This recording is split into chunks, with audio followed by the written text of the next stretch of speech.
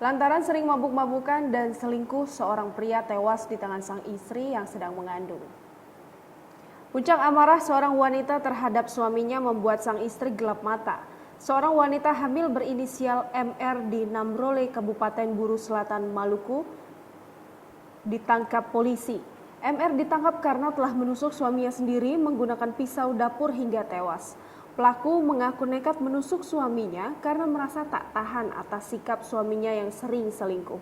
Aksi penusukan itu bermula saat MR mendatangi suaminya yang saat itu sedang mabuk di rumah tetangganya pada Senin 8 Juni 2020 malam hari. Saat itu pasangan suami istri ini terlibat adu mulut.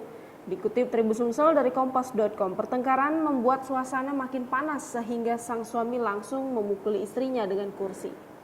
Kasubag Humas Polres Buru Zulkifli menuturkan, karena tidak terima dipukuli suaminya yang sedang mabuk, MR yang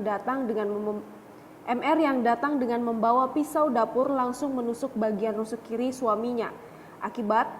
Akibatnya, korban yang saat itu mengalami pendarahan hebat langsung dibawa ke Puskesmas Leksula. Akibatnya, korban yang saat itu mengalami pendarahan hebat langsung dibawa ke Puskesmas Leksula untuk menjalani perawatan.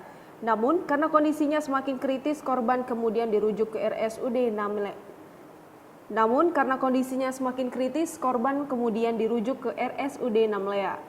Zulkifli mengatakan setelah mendapatkan laporan kejadian tersebut, polisi langsung mendatangi lokasi kejadian dengan menggunakan longboat dan selanjutnya meminta keterangan dari sejumlah saksi.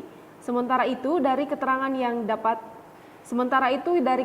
didapat penyidik, diduga tersangka marah dan mendatangi suaminya dengan pisau lantaran suaminya diketahui selingkuh.